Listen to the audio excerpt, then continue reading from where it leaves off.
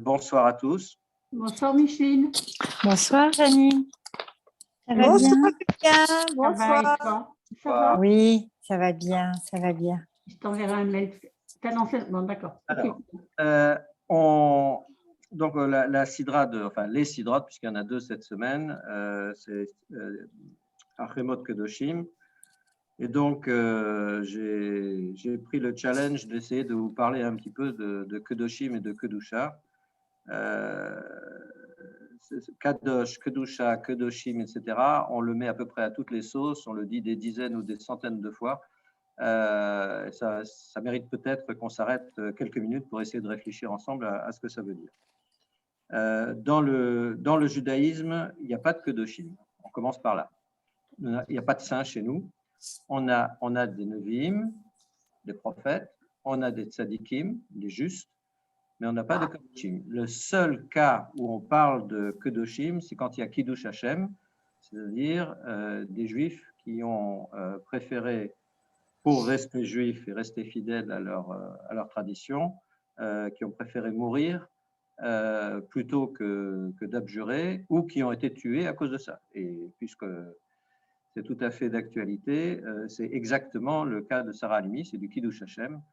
Et d'ailleurs, je voudrais dédier ce petit Dvar Torah de Paracha à Sarah Halimi, qui a été assassinée une deuxième fois cette semaine par la justice française.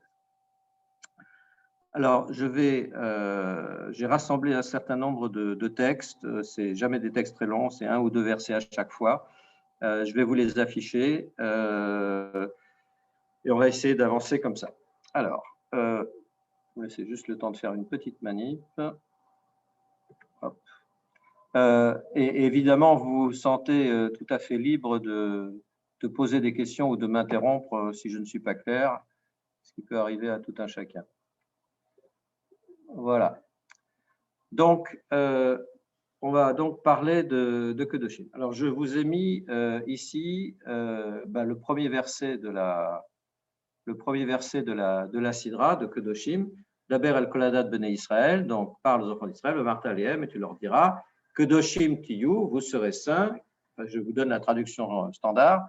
Ki Kadosh Ani Hashem Elokechem, car je suis saint, moi l'Éternel, votre Dieu. Sautez tout de suite 3-4 lignes après, à la fin de ce paragraphe, où il y a un autre verset qui est en fait quasiment le dernier verset de la Sidra. Vitem li kedoshim, vous serez saints pour moi, ki kadosh ani Hashem, car moi, l'Éternel, je suis saint. Va avdi letrem mina amim liotli, et je vous ai séparé des autres peuples, ou je vous séparerai des autres peuples, pour que vous soyez à moi. Donc, ce que je veux souligner, d'ailleurs, je vous le mets en rouge pour que ça ressorte bien, c'est que la notion de Kedoshim pour les enfants d'Israël est un reflet, si vous voulez, de la notion de Kadosh pour Dieu. Et vous remarquerez que lorsqu'il s'agit de Dieu, il y a marqué Kadosh avec un Vav, c'est-à-dire ce qu'on appelle en hébreu écriture malais, c'est-à-dire une ponctuation complète, alors que lorsqu'il s'agit des enfants d'Israël, que ce soit dans le premier ou le dernier verset, c'est marqué Kedoshim sans Vav, c'est-à-dire que c'est incomplet. En fait, une des choses que ça veut dire, c'est que la perfection, c'est uniquement Dieu. Seul Dieu atteint la perfection. Un être humain ne peut pas atteindre la perfection. Donc la perfection, c'est le kadosh complet. L'essai de perfection, c'est le kadosh tel que nous l'avons ici, sans le vav, kedoshim. J'avais un patron dans le temps qui me disait il faut viser la perfection pour atteindre l'excellence. C'est exactement ça. C'est-à-dire, en fait, dans la notion de kedoshim, il y a une ambition. Et cette ambition, elle est expliquée. Donc, les deux lignes qui sont en sandwich entre ce que je viens de vous lire, Rashi, donc sur le premier verset, il explique que ça veut dire kedoshim tiyu, et vous perushim mina rayot ou mina vera. Soyez perushim. Perushim, ça veut dire séparés. C'est le terme qui a donné le nom aux pharisiens. Et donc, soyez séparés, mina rayot, des relations incestueuses, des relations sexuelles interdites, mina avera et des péchés, des fautes. Ramban, qui est un autre commentateur, dit sur ce texte Donc là, dans la sidra précédente, il dit, on a énuméré longuement toutes les interdictions qu'il y avait, toutes sortes d'interdictions de la Torah. Et dans la sidra de Kedoshim, Vetsiva, à la fin de la ligne, Vetsiva bedavar klali, sheniye perushim minamut tarot, que nous nous soyons séparés de ce qui est autorisé. En d'autres termes, ce que dit Rashi, perushim, ça veut dire séparer, tout le monde est d'accord là-dessus. Ça veut dire séparer des avérotes, des fautes, séparer en particulier de tout ce qui est relations sexuelles. Il fait remarquer que très souvent, quand on parle de Kedusha, il y a quelque part dans les environs une notion d'interdit sexuel, alors que Ramban dit non, en fait, c'est un commandement de maîtrise de soi et de modération, c'est-à-dire même sur les choses qui vous sont permises, vous devez rester modéré et essayer de faire bien. D'où on retire aussi évidemment cette notion que la Kedusha, donc la sainteté, c'est le fait d'être séparé, d'être à part, et c'est aussi le fait, disons, de faire un effort d'élévation, de faire un effort d'amélioration. Et on voit ça en particulier dans le dernier verset que je vous avais lu, il y a marqué « Va'avdil etrem inamim » je vous ai séparé des autres peuples. Donc on retrouve cette notion de séparation entre le peuple juif et les autres peuples. Ça ne veut pas dire que c'est une séparation au-dessus, c'est à part pour avoir une mission différente. Et cette mission, on la voit un petit peu dans le texte que je vous ai mis après, qui est un des textes de la Havdalah. En fait, c'est un texte un peu long qui est celui que vous avez récité le soir du Seder, où c'était la fin de Shabbat et le début de Pessah. Donc, c'est ce qu'on appelle le Kiddush Yaknehaz, le Kiddush où il y a en même temps la Havdalah. Et vous voyez qu'on parle donc de la Mavdil, donc de la séparation, ben Kodesh le Chol, entre ce qui est saint et ce qui est profane, Israël Amim, entre Israël et les peuples juifs et les autres peuples, ben Kdushat Shabbat et Kdushat Yom Tov, entre la sainteté de Shabbat et la sainteté de Yom Tov simplement. Et il répète après Yom HaShvi, Shechet Yom HaMaaseh, c'est un peu la même chose. Et ce qu'on voit en particulier avec ça, c'est qu'il y a quand même des niveaux de qualité de l'un par rapport à l'autre, c'est-à-dire évidemment Kodesh est au-dessus de Chol, c'est-à-dire que ce qui est saint est plus important ou disons une plus grande valeur que ce qui est profane. De la même manière, Israël, en tout cas pour ce qui concerne la manière de se conduire et les mitzvot, est différent et probablement un peu en termes moraux. Et puis la Shabbat et Yom Tov, on sait que la sainteté suprême, c'est celle du Shabbat. Et ce qui nous amène tout de suite au deuxième point, la sainteté du Shabbat, en fait, elle est intéressante à plusieurs titres. Parce que d'abord, que ceux qui nous ont rejoints peuvent, s'il vous plaît, fermer les micros, merci. La première fois qu'on parle de Kedusha, de sainteté, dans la Torah, dans la Bible, c'est à propos du Shabbat. Hein, c'est le texte que vous avez là, qui est le texte qu'on dit dans le Kiddush. Dieu a terminé, il a terminé tout son ouvrage, tout qu'il avait fait. Il s'est pas reposé, il a fait une pause le septième jour, etc. Dieu a béni le septième jour, Vayekadesh Oto, et il l'a sanctifié, parce que ce jour-là, il avait fait une pause par rapport à toute son œuvre, à tous les travaux qu'il avait accomplis.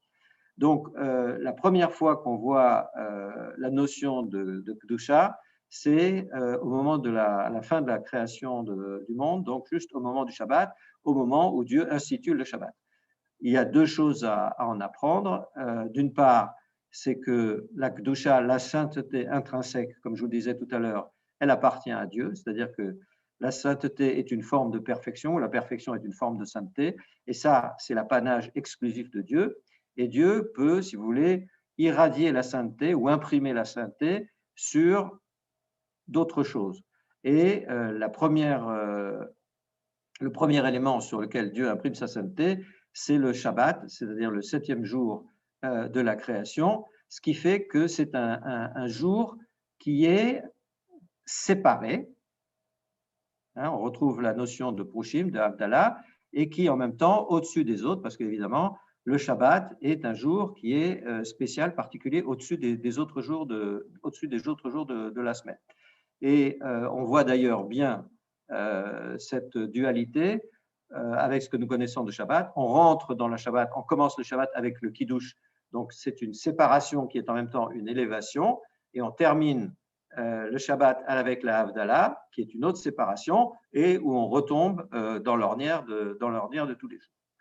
Donc, il est intéressant de voir que la première fois que la Torah nous parle de Kedusha, c'est par rapport au temps.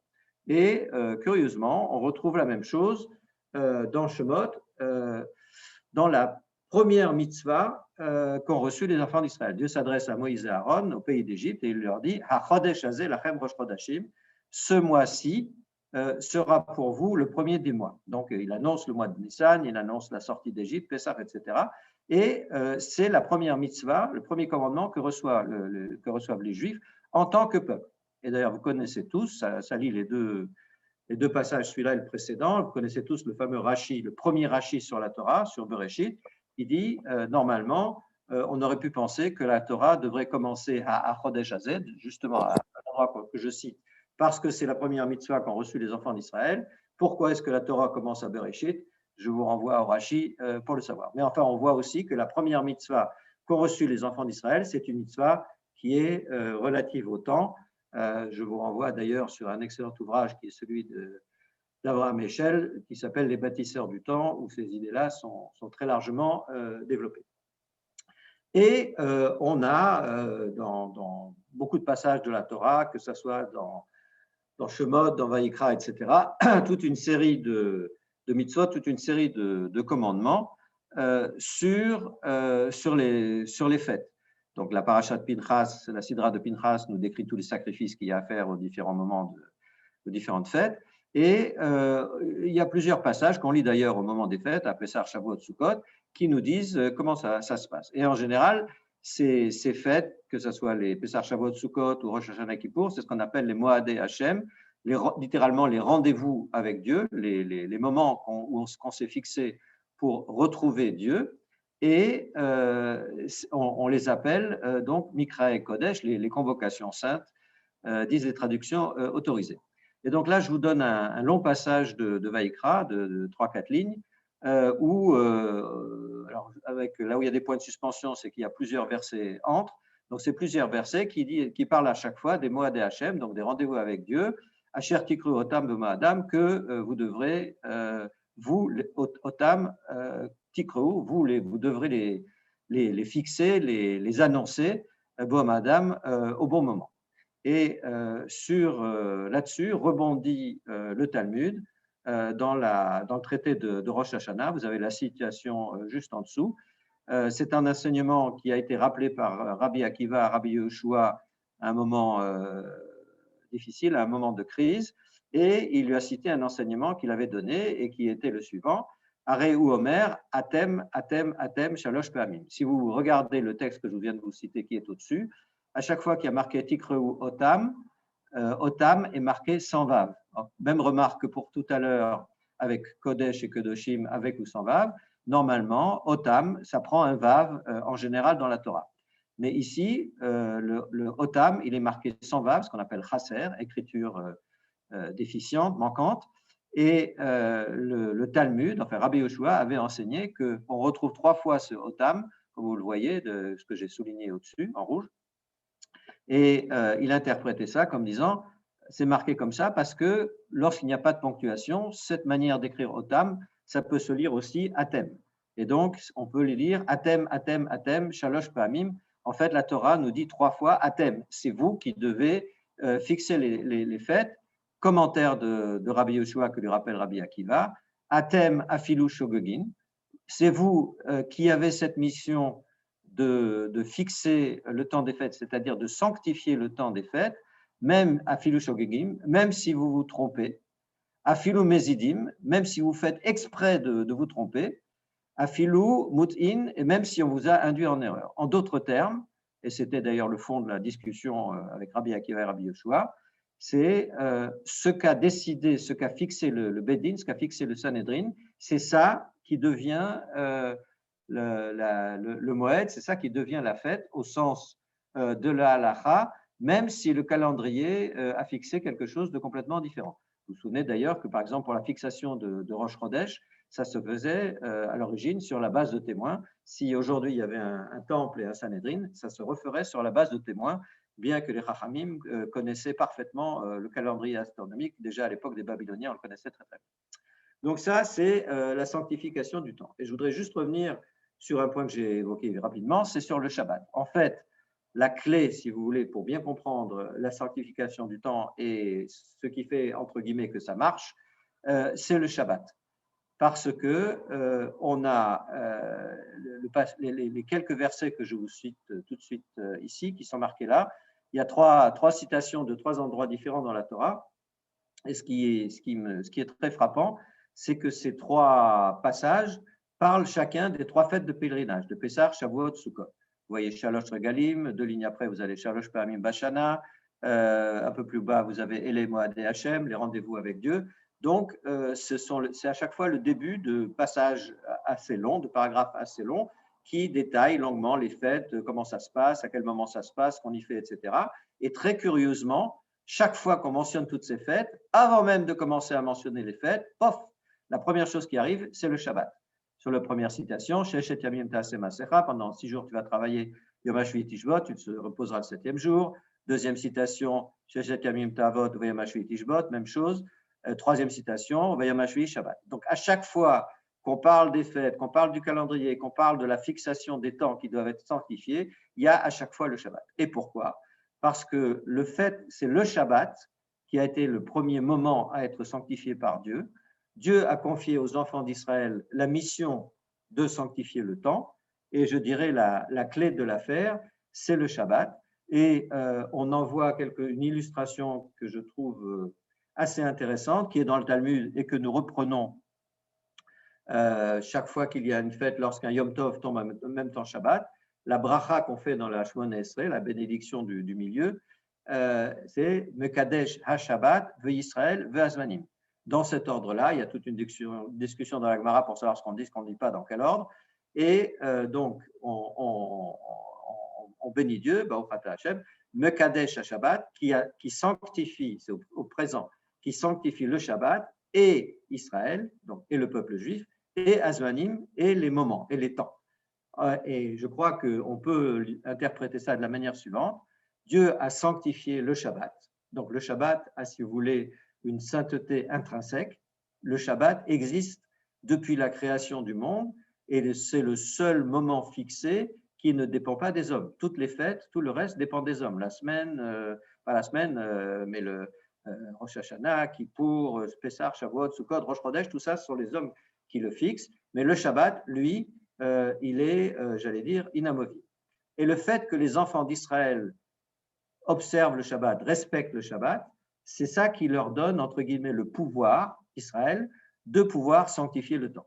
En d'autres termes, Dieu a sanctifié le Shabbat a sanctifié les enfants d'Israël, et c'est comme ça que les enfants d'Israël peuvent sanctifier le temps.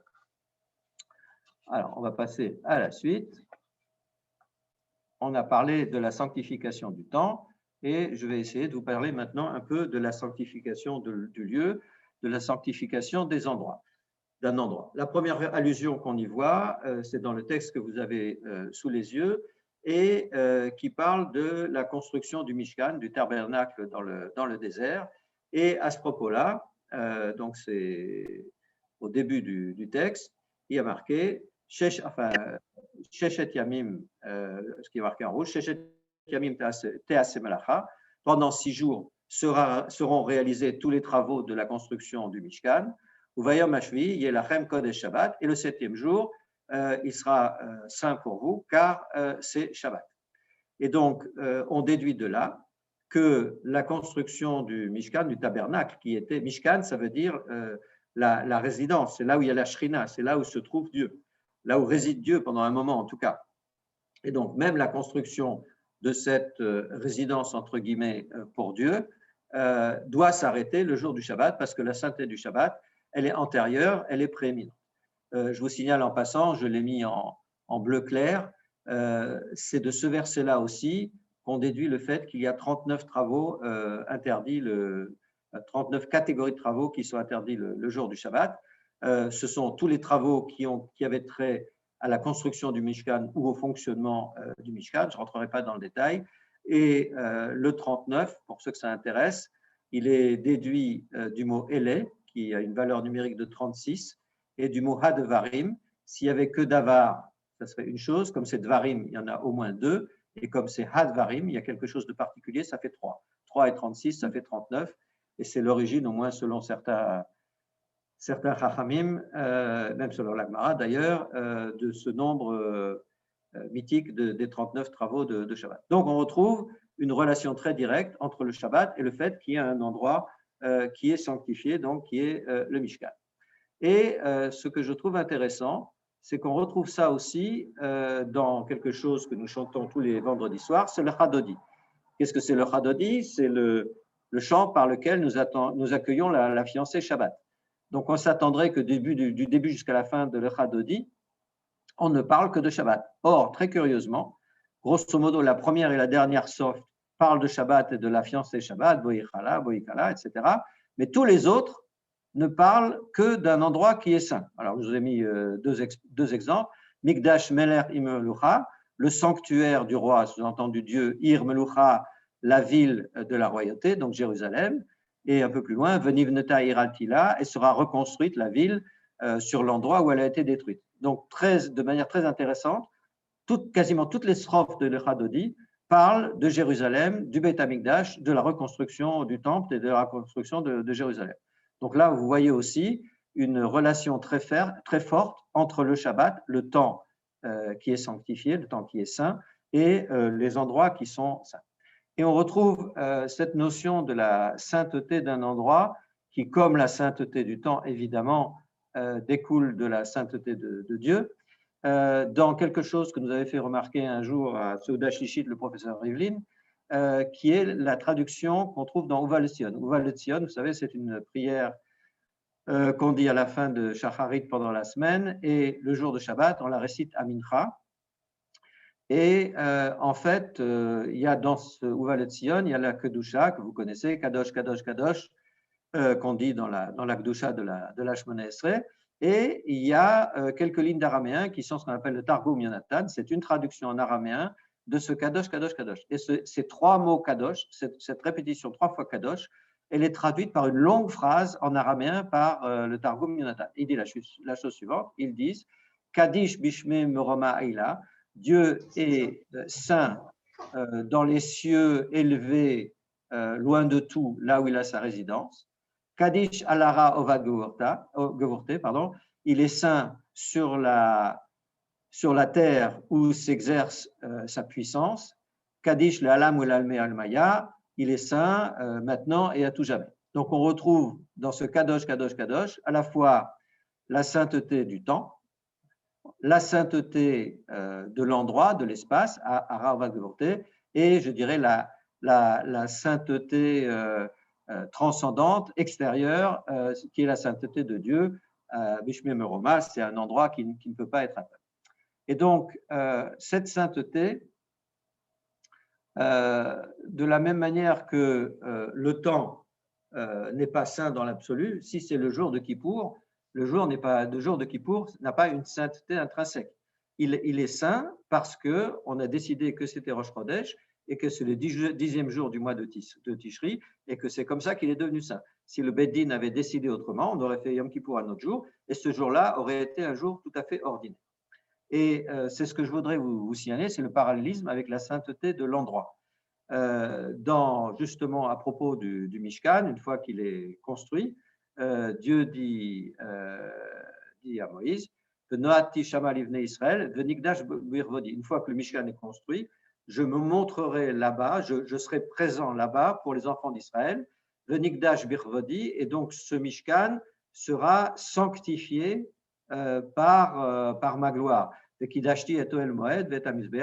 En fait, Dieu dit, le fait que je vais être présent, c'est-à-dire la Shrina, la présence divine, va venir dans ce Mishkan, dans Ohel Moed, c'est le synonyme, la tente d'assignation, autour de l'autel, c'est ça qui va rendre le Mishkan particulier, qui va sanctifier le Mishkan, l'endroit où se trouve le Mishkan.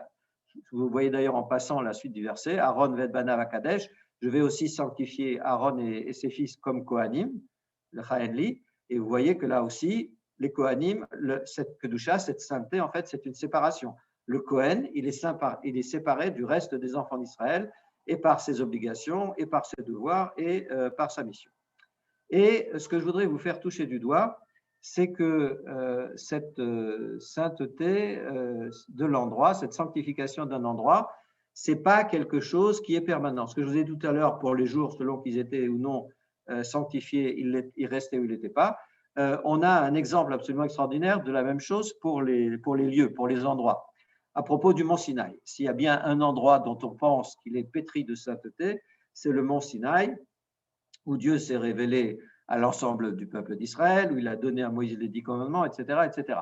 Et que nous dit la Torah? Enfin, qu'est-ce que Dieu dit à Moïse avant les 10 commandements? Il dit « Ve'ikbalta et ha'am savim lemor » dit au peuple surtout de rester autour. « Ishamru lachem alot ba'ar » ne montez surtout pas sur la montagne, parce que si vous montez sur la montagne ou si vous touchez la montagne, qu'il s'agisse d'êtres humains ou qu'il s'agisse d'animaux, ils vont aussitôt mourir. Par contre, si vous voyez la fin du verset, Bimshoch hayovel hema yalubar, lorsque à la fin de tout l'événement, donc des 10 commandements et la suite, vous entendrez le son du chauffard, à ce moment-là, hema yalubar, on pourra monter sur la montagne. En d'autres termes, le mont Sinaï, le Har Sinaï, il avait une sainteté, il était séparé du reste, il était absolument, si vous voulez, extraterritorial, mais uniquement pendant le temps des Aseret Adibrot, pendant le temps des 10 commandements, et après, c'est redevenu une montagne comme les autres. Donc, il n'y a pas de, si vous voulez, de rémanence, si vous voulez, de la Kedusha sur le mont Sinaï. Donc, c'est quand même important. Par contre, on sait tous, et intuitivement, et parce qu'on l'a appris, qu'il y a une sainteté d'Eretz Israël, il y a une sainteté de Jérusalem, et il y a une sainteté du Beit Hamikdash. Alors, on le voit dans un certain nombre de versets de la Torah. Le premier que je vous cite ici, vous l'avez dans la Shira, dans Asia Shir Moshe, où il y a des versets qui parlent de Neve Kodshecha, en s'adressant à Dieu, l'endroit de ta résidence, de ta sainteté, Har Nachalatra, la montagne de ton héritage, Machon le Shiftecha, l'endroit qui va héberger ta présence, Mikdash, l'endroit qui est saint. Donc, très clairement, ça, Neve Kodshecha, il y a des discussions pour savoir si ça désigne Eretz Israël ou Jérusalem. Enfin, sur le reste, tout le monde s'accorde à dire que c'est le Beit Hamikdash. De la même manière, un verset que nous récitons pendant les Yamim Noraim à Rosh Hashanah et Kippour, un verset d'Isaïe, où Dieu dit pour le retour des exilés, Vaviotim el Arkochi, je les ramènerai vers la montagne de ma sainteté, Beveit Filati, dans la maison où on me prie, Al-Mizveri, à côté de mon autel. Donc là aussi, on associe la sainteté au Beit Fila, c'est-à-dire au Beit Hamikdash, au temple. Et je pense qu'un des éléments de réponse à la question que je vous ai posée sans y répondre, c'est ce verset qu'on trouve dans Devarim, à la fin de Devarim, qui parle d'Eretz Israël en disant la chose suivante. Eretz Hashem, Asher Hashem Elokecha Doresh Ota. Eretz Israël, c'est un pays qui est, j'allais dire, monitoré, suivi directement par Dieu, par l'Éternel ton Dieu. Tamid ene Hashem Elokecha ba, le regard de l'Éternel ton Dieu est toujours fixé sur Eretz Israël du début de l'année jusqu'à la fin de l'année. Et de la même manière que je vous disais tout à l'heure que c'est la présence de Dieu qui faisait que le Mishkan ou que le mont Sinaï devenait quelque chose de particulier, quelque chose de saint, eh bien, on peut penser, en tout cas, c'est l'explication que je vous propose, du fait que le regard de Dieu, le suivi de Dieu est constant et en permanence sur Eretz Israël. C'est ça, en fait, c'est une forme de présence, si vous voulez, de Dieu, qui fait que Eretz Israël est un pays, une terre un peu à part des autres, un peu différente des autres, un peu plus sainte que les autres. Et on en a peut-être une preuve indirecte dans un autre verset de la Torah à propos de la mauvaise conduite des gens de Canaan, où Dieu dit aux enfants d'Israël, je vous amène au pays de Canaan, ce n'est pas parce que vous êtes les plus beaux des plus beaux et les plus purs des purs, mais parce que les gens de Canaan ont accumulé tellement de péchés qu'il est temps de venir les remplacer. Et l'expression qui est utilisée par la Torah, c'est de dire Vatitma haaretz, la terre est devenue impure. Vaefkod avona alea, et Dieu dit je me suis souvenu de ses péchés. Vataki haaretz et yoshvea. Littéralement, la terre d'Israël a vomi ses habitants, comme quelqu'un qui a quelque chose sur l'estomac qui passe pas et qu'il est en train de le vomir. En d'autres termes, d'une certaine manière, on voit la Eretz Israël, la terre d'Israël, comme une espèce d'être vivant qui ne supporte pas l'impureté, qui ne supporte pas l'injustice, qui ne supporte pas que les choses ne soient pas comme elles doivent être.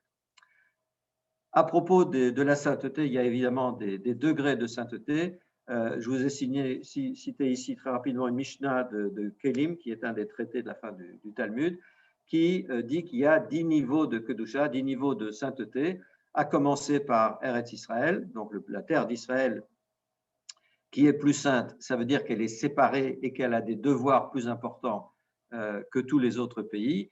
On passe à toutes sortes de choses. On arrive à Arabaït, c'est la montagne du temple. Echal, c'est le temple. Et Kodesh Kodashim, c'est le Saint des Saints. C'est l'endroit où le Kohen Gadol venait une fois par an, le jour de Kippour, pour implorer à Dieu le pardon du peuple.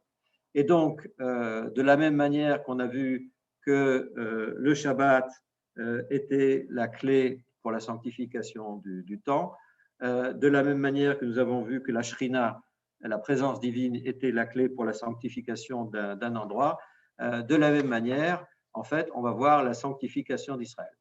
Donc, au moment de la construction du Mishkan, la Torah termine le passage, Dieu dit à Moïse, donc vous m'offrez ce sanctuaire, et je résiderai parmi eux. La grammaire aurait voulu que Dieu dise, je résiderai dedans, dans lui. Vous me faites un sanctuaire et je vais résider dedans. La meilleure preuve, c'est que la Shrina, elle était censée être dans le Mishkan et ensuite dans le Beth Amikdash. En fait, non. Ou en tout cas, pas uniquement. Veshachanti betocham, ça veut dire, en fait, je résiderai parmi les enfants d'Israël, dans le cœur de chacun des enfants d'Israël. Donc, c'est une sanctification des Bnei Israël, des enfants d'Israël, à la fois comme communauté et comme individu. Et justement, on reboucle un peu sur le début. Je vous cite un petit texte du traité du Talmud Brachot, où les Chachamim essayent d'expliquer qu'est-ce que ça veut dire Mekadesh Israël ve'azmanim. Je vous ai lu tout à l'heure Mekadesh Shabbat ve'Israël ve'azmanim. Ça, c'est la même bracha quand il n'y a pas de Shabbat. Ils disent qu'est-ce que ça veut dire? Explication. Ils disent ça veut dire Mekadesh Yisraël de Kadshinhu l'azmanim. En fait, Dieu sanctifie Israël parce qu'il a sanctifié le temps, parce qu'il a sanctifié le moment des fêtes. Et même chose sur Rosh Chodesh qui est mentionné juste après. Toujours à propos d'Israël, le verset d'après, vous avez une partie des imprécations de Bilam que Balak avait convoqué pour maudire le peuple juif et le peuple d'Israël et qu'il a béni.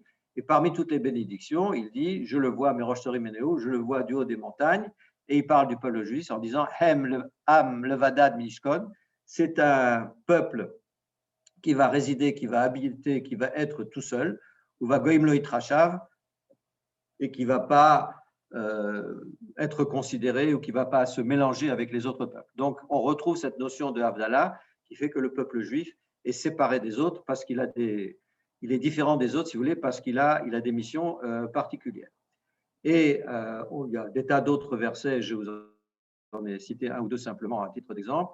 Un autre verset de Dvarim où Dieu dit aux enfants d'Israël, Am kadosh atal Hashem Elokecha, vous êtes un peuple saint, tu es un peuple saint pour l'Éternel ton Dieu, ou Vecha Bachar Hashem, parce que Dieu t'a choisi. C'est-à-dire que là aussi, ce n'est pas parce que nous avons des mérites extraordinaires, peut-être qu'on a hérité un peu du mérite d'Abraham, Isaac et Jacob, mais en tant que tel, les enfants d'Israël, ou nous n'avons pas des mérites absolument fantastiques, mais il y a eu un choix de Dieu.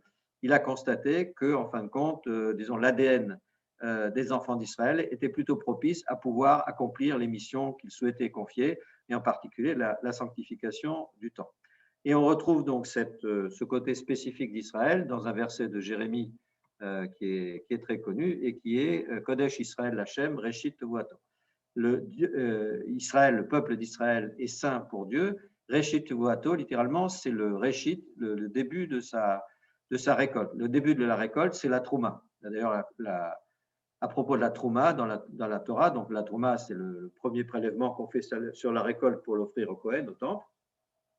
La Trouma, personne n'a le droit d'y toucher à part les Kohanim dans le temple. Et donc, lorsque Jérémie compare Israël à la Trouma, ça veut dire qu'Israël a un côté aussi préservé, si vous voulez, aussi insaisissable que la Trouma, et donc il est à part et il a une certaine sainteté. Alors, quelle est la clé de sainteté? Eh bien, ce sont évidemment les mitzvot, c'est-à-dire tous les commandements de Dieu qu'on doit observer, qui nous permettent à la fois de nous élever, et dans cette élévation, il y a évidemment une élévation morale, la réalisation des mitzvot. Le verset que vous voyez ici, donc, Tishmeu b'koli u'shmartem et beriti, Dieu demande au peuple d'écouter sa voix et d'observer son alliance, donc ses commandements, et c'est ça qui va faire qu'on va devenir Mamlechet Kohanim v'Goy Kadosh, un peuple, un royaume de prêtres et un peuple qui est saint. De la même manière, on voit quelques autres versets. Veit kadishtem vitem likudoshim ki kadoshani. Littéralement, vous vous sanctifierez, c'est-à-dire vous ferez des efforts pour devenir saint, pour augmenter, si vous voulez, améliorer votre sainteté, vitem kedoshim, et vous deviendrez saint. Et on retrouve ki kadosh ani, car je suis saint, et on retrouve le kadosh de Dieu avec un vav. Je vous cite ensuite un verset que vous connaissez par cœur parce que vous le dites au moins une fois par jour, si ce n'est deux. Le man tiskeru, vasitem et kod mitzvata evitem kedoshim lelakechem. C'est un verset du Shema. Hein. Vous vous souviendrez, c'est des tzitzit, vasitem et kod mitzvata, vous observerez tous mes commandements. Et c'est comme ça que vous deviendrez kedoshim lelakechem. C'est le fait d'observer mes commandements qui va vous rendre saint et qui va confirmer que vous avez cette mission de sanctification. Et on le retrouve, vous et moi, chaque fois que nous faisons une bracha. Parce que la plus grande partie des brachot, qu'est-ce qu'on dit? On dit Baruch ata Hashem Elokeinu melech haolam, donc béni sois-tu Dieu. Asher kitshanu b'mitzvotav, tu nous as sanctifiés par tes mitzvot, par tes commandements, par ce que tu nous as ordonné de faire et par les interdictions que tu nous as données. Donc le fait d'observer les mitzvot, c'est ça qui nous amène la sainteté. Et il y a un très beau texte du Talmud dans Yoma, qui est le traité sur Yom Kippour, où on dit en fait, ça c'est une vieille idée de la tradition rabbinique, lorsque quelqu'un veut faire des efforts pour l'améliorer, on l'améliore d'en haut, et lorsqu'il veut faire des efforts pour se détériorer, on l'aide aussi d'en haut. Hein. De la même manière que Dieu a endurci le cœur de Pharaon parce que c'était un homme absolument impitoyable, donc il ne lui a pas laissé la possibilité de se racheter, si vous voulez. On a la même chose dans l'autre sens. Donc là, je vous ai cité un petit texte. Adam mekadesh atmo mehat. Quelqu'un essaye de s'améliorer un petit peu, d'améliorer un peu son niveau de sainteté, si vous voulez. Mekachinoto arbe. D'en haut, on l'aide à avoir beaucoup plus de sainteté. Milmata, makchenshimoto milmala. Il essaye de faire ça en bas à son niveau, et Milmala, c'est d'en haut qu'on l'aide. Baolamazé, il essaye d'améliorer ce qu'il fait dans ce monde-ci. Le Kachinoto Leolamaba, on augmente, si vous voulez, son capital sainteté, y compris pour le monde futur. D'ailleurs, on retrouve cette idée dans un principe que vous connaissez tous, qui est Malin Bakodesh Vemoridin. Quand il s'agit de sainteté, la sainteté, c'est quelque chose qu'on doit augmenter et jamais diminuer. Vous trouvez par exemple l'application dans les bougies de Hanouka, dont le nombre va au croissant au cours des jours de Hanouka. La synthèse de tout ça, c'est ce que j'appellerais la convergence des saintetés. Il y avait une fois aussi, Claude Rivlin, aussi je pense à une Souda Shlichit, nous a parlé des sacrifices dans le temple. Et il nous disait que c'était un exemple de la perfection. Parce que le temple, c'est l'endroit parfait, Dieu est le convive parfait, les participants sont parfaits, puisque les Kohanim devaient être des gens d'une très grande élévation spirituelle et n'avoir aucun défaut. Les sacrifices, même les animaux qui étaient apportés, n'avaient aucun défaut. Et le moment était parfait parce que c'était des moments qui avaient été fixés par la Torah. Donc on a une espèce de convergence des perfections, qui est aussi la convergence des trois saintetés que je vous ai évoquées, la sainteté du temps, qui est fixée par Israël, la sainteté d'Eretz Israël et la sainteté du peuple d'Israël. J'en veux pas une preuve, mais disons une allusion au moins indirecte dans deux versets que je vous ai mis ici pour conclure. Un verset qu'on cite souvent à propos des fêtes, qui est cité dans la Shemona Esrei, où on dit Shalosh Pa'amim Bashana, 3 fois dans l'année, Yireh Kol Zechurcha, tous tes hommes, disons, tous les chefs de famille se retrouveront pour voir Dieu, Makom Asherifra, à l'endroit qu'il aura choisi. Donc on retrouve ici dans le même verset à la fois la sainteté du temps, les 3 fêtes de pèlerinage, tout le peuple juif, Makom Asherifra, le Beth Amikdash, c'est-à-dire le cœur d'Eretz Israël. Et de nouveau, un verset du Shema pour conclure ces quelques mots sur un essai de mieux comprendre la Kedusha. C'est ce que vous dites à la fin du deuxième paragraphe du Shema, le Ma'anir Buyamechem Vibe Menechem ala Adama, pour que ça soit augmenté, soit prolongé vos jours et ceux de vos fils sur la terre que Dieu a choisie pour vous. Et donc, dans les jours, on a la notion de temps. Sur la Adama, on a la notion d'endroit. Donc comme c'est Yemechem et Benechem, il s'agit de vous, donc des enfants d'Israël. Donc là aussi, on retrouve une convergence entre la sanctification du temps, la sanctification de l'endroit et la sanctification d'Eretz Israël.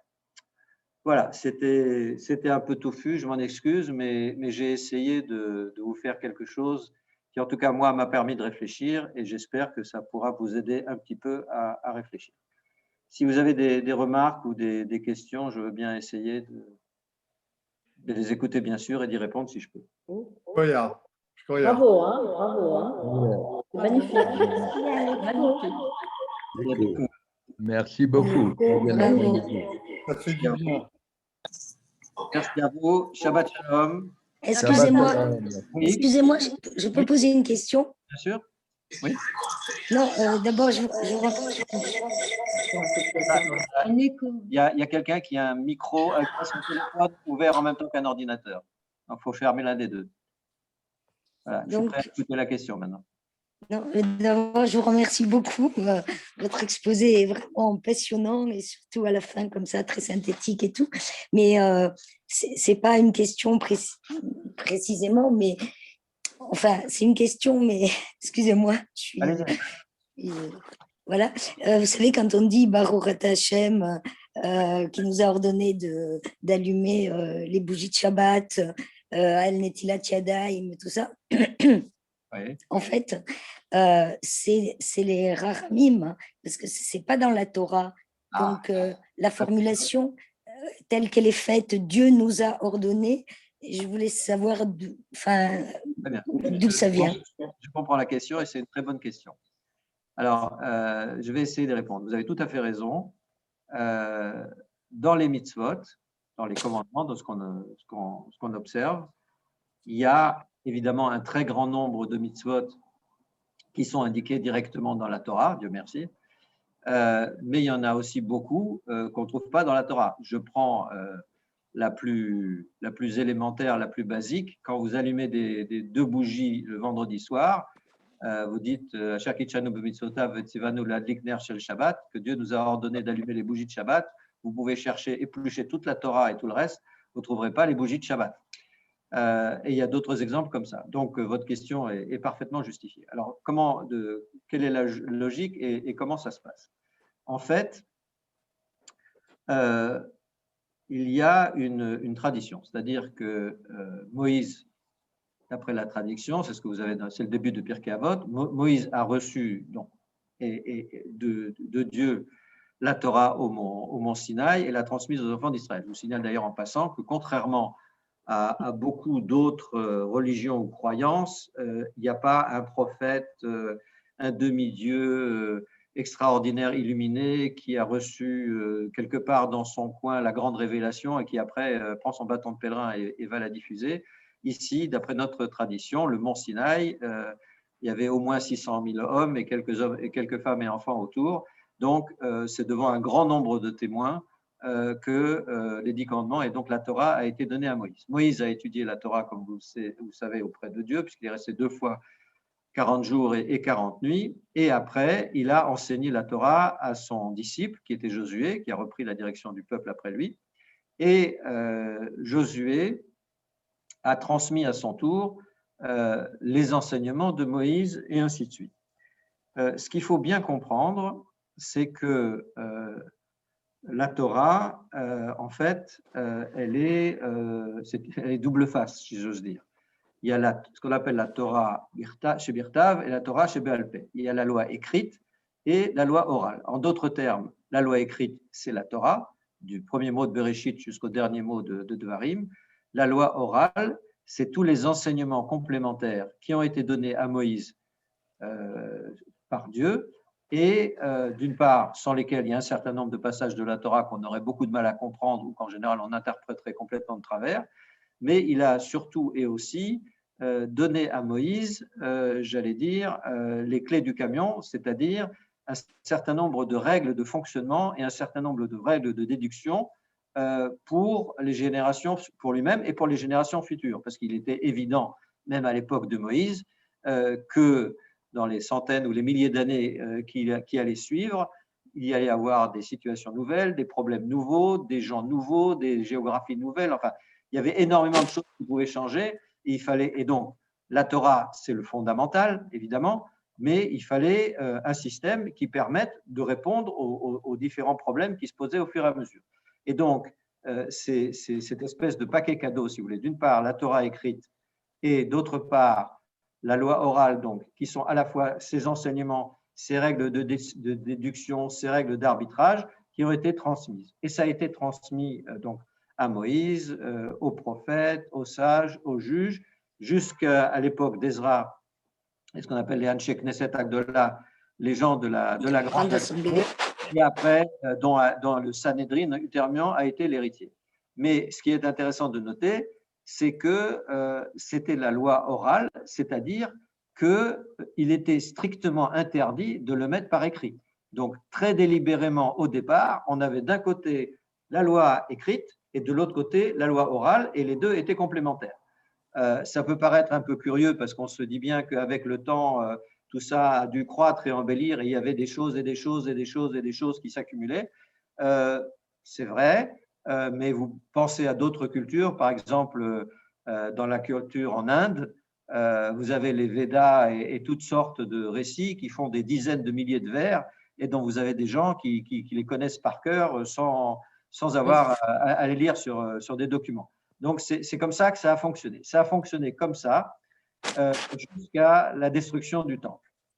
Et ça se passait, je dirais, le phénomène était à peu près contrôlé.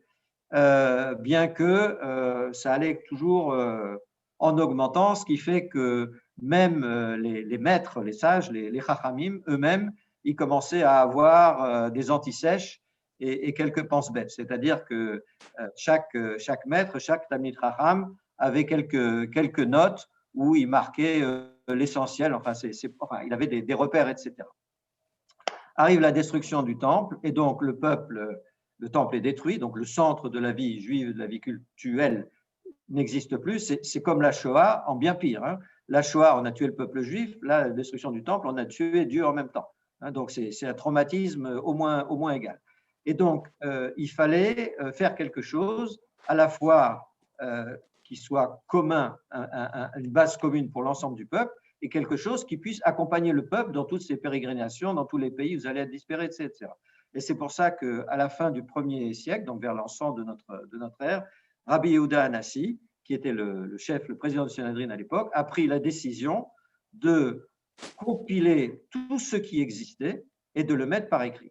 À l'époque, d'ailleurs, il a dû être considéré comme un dangereux révolutionnaire, au moins par une partie des gens, parce qu'il a fait quelque chose qui était absolument interdit à l'époque. Il a mis par écrit la loi orale. Alors, comment est-ce qu'il a procédé? Il a fait, bon, évidemment, comme il était le président du Sanhédrin, il connaissait tout et tout le monde. Donc, il a consulté tous les chachamim, tous les sages, tous les maîtres de sa génération, les uns après les autres, sur chacun des sujets, et il a essayé de voir quelle était la position commune ou quelle était la position de la majorité. Et c'est cette position qu'il a mis par écrit dans ce qu'on appelle la Mishnah. Bien évidemment, et donc c'est le corpus de la Mishnah. En plus, il l'a ordonné, il l'a organisé par grands sujets, par grands thèmes.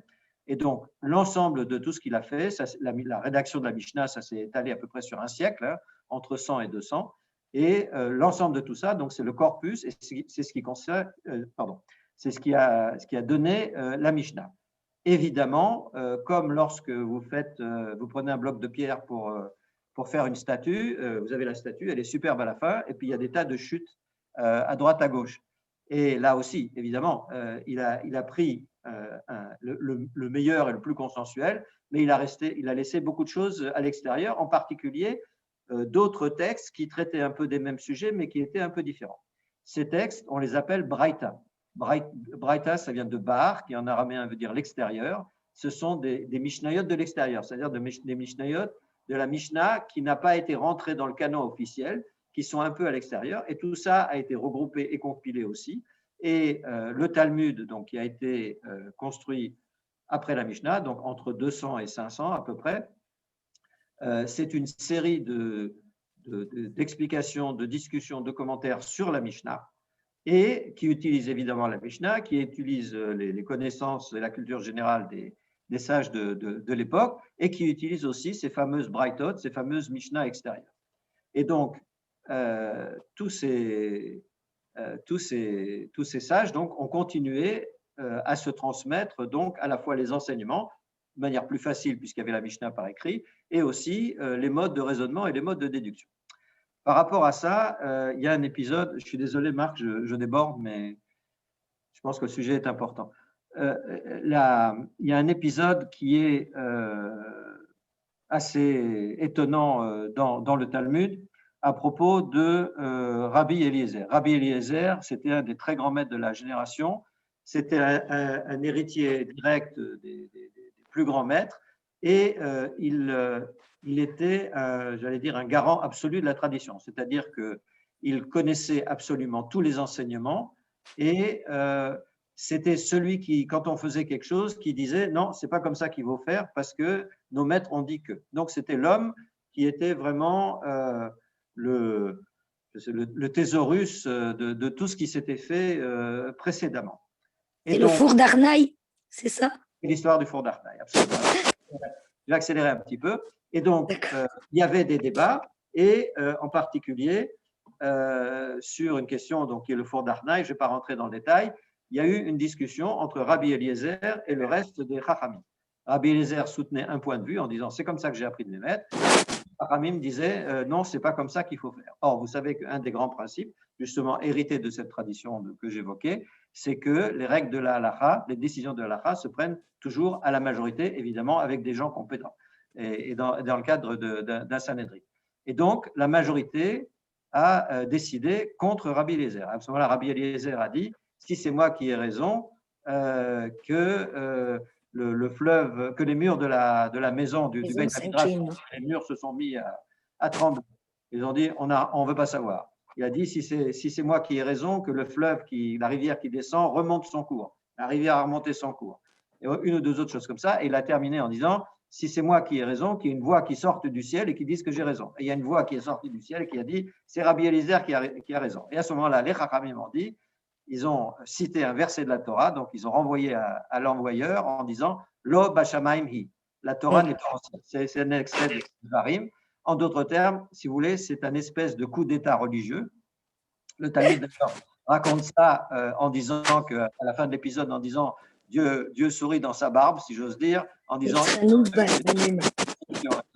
Et donc, ça illustre, si vous voulez, cette anecdote un peu allégorique, illustre le fait que la décision des halachot, la fixation des mitzvot, elle s'est progressivement transférée uniquement de Dieu et de la Torah à Moïse, à toute la tradition qui a suivi, et donc au Chachamim. Et donc, effectivement, les sages ont institué un certain nombre de règles, un certain nombre de mitzvot, pour des raisons qui sont d'ailleurs longuement expliquées, qui toutes sont compatibles avec les enseignements précédents, parce que c'est très facile d'inventer des nouveaux trucs, mais beaucoup plus difficile de prendre des décisions, d'avoir des enseignements sur des nouvelles choses dans un nouveau contexte qui soient absolument cohérents avec ce qui a été dit et fait avant et qui respectent aussi les principes qui avaient été énoncés avant. Et c'est ça le fondement, si vous voulez, de toutes les mitzvot. Et si je reviens à l'exemple que je prenais au départ avec les bougies de Shabbat, la raison des bougies de Shabbat, et de la bracha.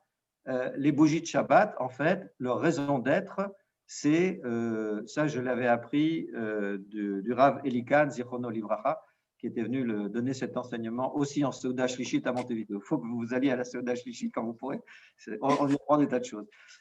Et il avait expliqué que les bougies, en fait, on veut augmenter la lumière dans la maison le jour du Shabbat. Pendant toute la semaine, on vit comme on vit, mais le Shabbat, c'est un jour particulièrement, il y a une sainteté particulière, qui est particulièrement festif, où on doit être particulièrement heureux, un jour d'élévation, et il faut que la maison, qu'il y ait beaucoup plus de lumière dans la maison. D'ailleurs, pour illustrer ça, à l'époque du judaïsme hollandais, donc de Amsterdam, 16e, 17e siècle, etc., dans les maisons juives, on avait les lampadaires, les grands lampadaires hollandais, vous savez, une espèce de grande roue en bois sur laquelle il y avait des bougies. Et chez les juifs, il y avait une deuxième roue à l'intérieur où on rajoutait des bougies pour Shabbat. Donc l'idée, c'est avoir beaucoup plus de lumière. À l'époque de la Mishnah, évidemment, on s'éclairait avec des bougies. Donc c'était 2 bougies, en l'occurrence à l'époque, c'était sans doute des lampes à huile. Donc l'idée, c'était plus de lumière. Et pourquoi 2? Je présume que c'est pour faire pendant aux 2 chalot qu'on a en souvenir de la double ration de Man. Donc ça, c'est l'explication des bougies de Shabbat. Maintenant, pourquoi cette bracha et pourquoi cette mitzvah? Elikan avait expliqué qu'il y avait eu à l'époque, disons, il y avait eu, que je ne dise pas de bêtises, c'était les Tzdukim. Enfin, il y avait disons qu'il y avait des sectes, comme les Esséniens, il y avait certaines sectes qui se séparaient un peu du judaïsme, ou en tout cas qui interprétaient différemment. En particulier les Tzdukim, les Sadducéens, ne voulaient pas connaître la loi orale, eux, c'était que la loi écrite. Or, dans la Torah, à propos du Shabbat, il est marqué « Lo tevarau esh bechol moshvotechem beyom Shabbat ». Vous ne ferez pas brûler de feu dans vos habitations le jour du Shabbat. Traduction pour les Sadducéens, on n'a pas le droit d'avoir un feu chez soi Shabbat. Donc, évidemment, pas le droit d'avoir une lumière, une lampe allumée qui brûle. Et d'ailleurs, si vous avez de la lumière ou vous avez un feu qui brûle chez vous, vous irez tout droit en enfer parce que c'est marqué dans la Torah qu'on n'a pas le droit de le faire.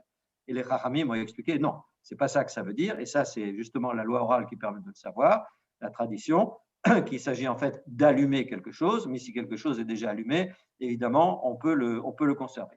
Et donc, et c'est ce que disaient les Chachamim. Donc, il faut mettre de la lumière pour que Shabbat soit plus beau. Et si vous voulez, ils ont été obligés de faire un peu la balance égale. Entre d'un côté les Sadducéens qui disaient « Ouh là là, si vous avez des bougies Shabbat, vous irez tout droit en enfer », et entre les Chachamim qui disaient « Non, il faut mettre des bougies Shabbat parce que c'est plus joli ». Et donc, pour bien enfoncer le clou, pour renforcer, ils ont dit « Non, non, là-dessus, on va faire une bracha très spéciale et très explicite ». Et c'est pour ça qu'ils ont fait la bracha « Asher kitchanu b'mitzvotav, v'tzivanu l'adikner shel Shabbat ». En fait, Dieu nous a ordonné d'allumer les bougies de Shabbat, pas tant pour les bougies elles-mêmes que pour que le Shabbat soit quelque chose de spécial, soit quelque chose de plus beau. J'ai répondu à la question. Merci beaucoup. Merci, vraiment, vous êtes brillantissime. Voilà, merci de vous embêter. Merci bonne soirée. beaucoup. Shabbat shalom. Bonsoir tout le monde. Et de la part de Bonsoir, Sabine. Shabbat shalom. Shabbat Bonsoir, Sabine. shalom. Bonsoir. Shabbat